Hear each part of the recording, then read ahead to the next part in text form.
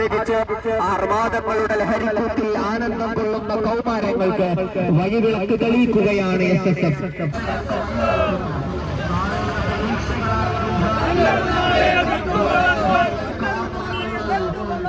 നല്ലൊരു നാളെ നട്ടുവളർത്താം.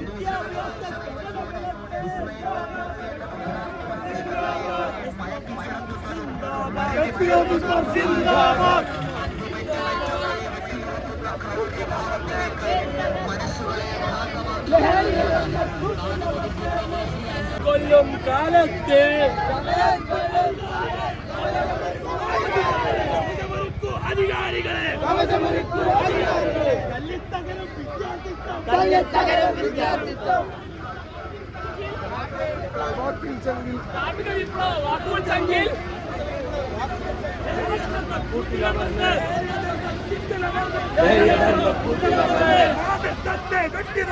മാതൃത്വത്തെ വെട്ടി നുറുക്കി പരിചയങ്ങൾക്കെതിരെ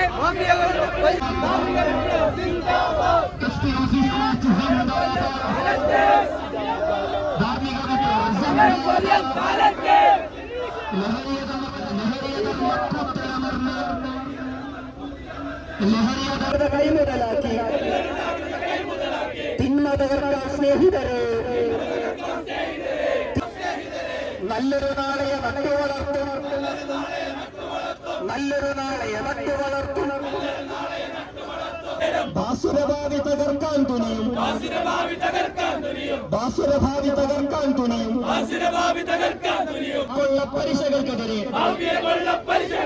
കവചമൊരുക്കൂ അധികാരികളെ കവചമൊരുക്കൂ അധികാരികളെ ലക്ഷ്യം തെറ്റിപ്പിടയുമ്പോൾ നേരിൻ സമരപ്പന്തവുമേന്തി നേരിൻ സമരപ്പന്തവുമേന്തി ധാർമ്മിക വിപ്ലവ തുരുത്തിലേക്ക് ധാർമ്മിക വിപ്ലവ തുരുത്തിലേക്ക്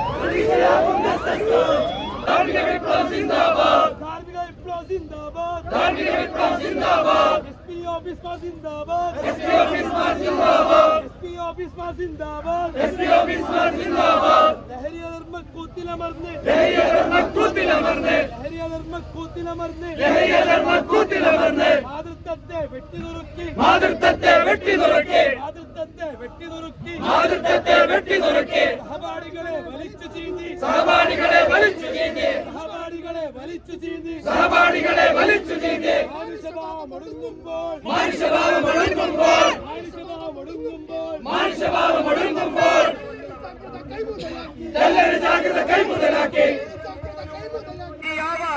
പകരാൻ വേണ്ടിയാവാനുണ്ടോ ധാർമ്മിക വിപ്ലവ വാക്കുകൾ ചങ്കിൽ ധാർമ്മിക വിപ്ലവ വാക്കുകൾ ചങ്കിൽ ധാർമ്മിക വിപ്ലവ വാക്കുകൾ ചങ്കിൽ ധാർമ്മിക വിപ്ലവ വാക്കുകൾ ചങ്കിൽ ഉറച്ച ശബ്ദം തീർത്തു നമുക്കൊരു ഉറച്ച ശബ്ദം തീർത്തു നമുക്കൊരു ഉറച്ച ശബ്ദം തീർത്തു നമുക്കൊരു ഉറച്ച ശബ്ദം തീർത്തു നമുക്കൊരു നവലോകത്തെ പണിതുണ്ടാക്കാൻ നവലോകത്തെ പണിതുണ്ടാക്കാൻ വലിച്ചു ചീന്തി സഹപാഠികളെ വലിച്ചു ചീന്തി മാനുഷഭാവം ഒടുങ്ങുമ്പോൾ കാട്ടിക്കൂട്ടും കൗമാരങ്ങൾ കാട്ടിക്കൂട്ടും കൗമാരങ്ങൾ കാട്ടിക്കൂട്ടും കൗമാരങ്ങൾ കാട്ടിക്കൂട്ടും ക്യാമ്പയിൻ ആചരിക്കുകയാണ്. അതിന്റെ ഭാഗമായി SSF കോഴിക്കോട് നോർത്ത് ജില്ലാ കമ്മിറ്റി നടത്തുന്ന SP ഓഫീസ് മാർച്ചാണ് ഇവിടെ നടന്നുകൊണ്ടിരിക്കുന്നത്. തങ്ങളുടെ ഹിതങ്ങൾക്കനുസരിച്ച് ഒരു ലോകക്രമം രൂപപ്പെടണമെന്നും അതിലൂടെ സ്വാർത്ഥമായ താല്പര്യങ്ങൾക്കനുസരിച്ച് ജീവിക്കണമെന്നും വിചാരിക്കുന്ന ഒരു പുതിയ തലമുറയെ രൂപപ്പെടുത്തുകയും അതിലൂടെ സാധ്യമാകുന്ന അരാഷ്ട്രീയ അരാജക വാദങ്ങളിലൂടെ കച്ചവടം ലക്ഷ്യം വെച്ച് നടക്കുന്ന വിവിധ തലങ്ങളിലുള്ള മാർക്കറ്റിംഗ് ഏജൻസികൾക്കും കോർപ്പറേറ്റ് താല്പര്യങ്ങൾക്കും അടിമപ്പെട്ട് ജീവിക്കുകയും ചെയ്തുകൊണ്ടിരിക്കുന്ന ഒരു പുതുലോക ക്രമത്തെ നമ്മൾ അനുഭവിച്ചുകൊണ്ടിരിക്കുകയാണ്. അതിന്റെ പരിണത ഫലം എന്താണെന്ന് ചോദിച്ചാൽ നമ്മുടെ നാട്ടിലെ ഓരോ തെരുവുകളിൽ പോലും ലഹരിയും ഡ്രഗ്സും എല്ലാത്തരം മയക്കുമരുന്നും ലഭ്യമാകും വിധത്തിലേക്ക് പുതിയ തലമുറയെ ഏതെല്ലാം അർത്ഥത്തിൽ ധാർമ്മികതയിൽ നിന്ന്, നന്മയിൽ നിന്ന്, സാമൂഹിക ഉത്തരവാദിത്വങ്ങളിൽ നിന്ന്, രാഷ്ട്രീയ ബോധ്യങ്ങളിൽ നിന്ന് വകമാറ്റി സഞ്ചരിപ്പിക്കാൻ കഴിയുമെന്ന ഗൂഢമായ ആലോചന ലക്ഷ്യം കാണുകയും വിജയിക്കുകയും ചെയ്തുകൊണ്ടിരിക്കുന്നു എന്നാണ് നമ്മൾ മനസ്സിലാക്കുകയും തിരിച്ചറിയുകയും ചെയ്തുകൊണ്ടിരിക്കുന്നത്.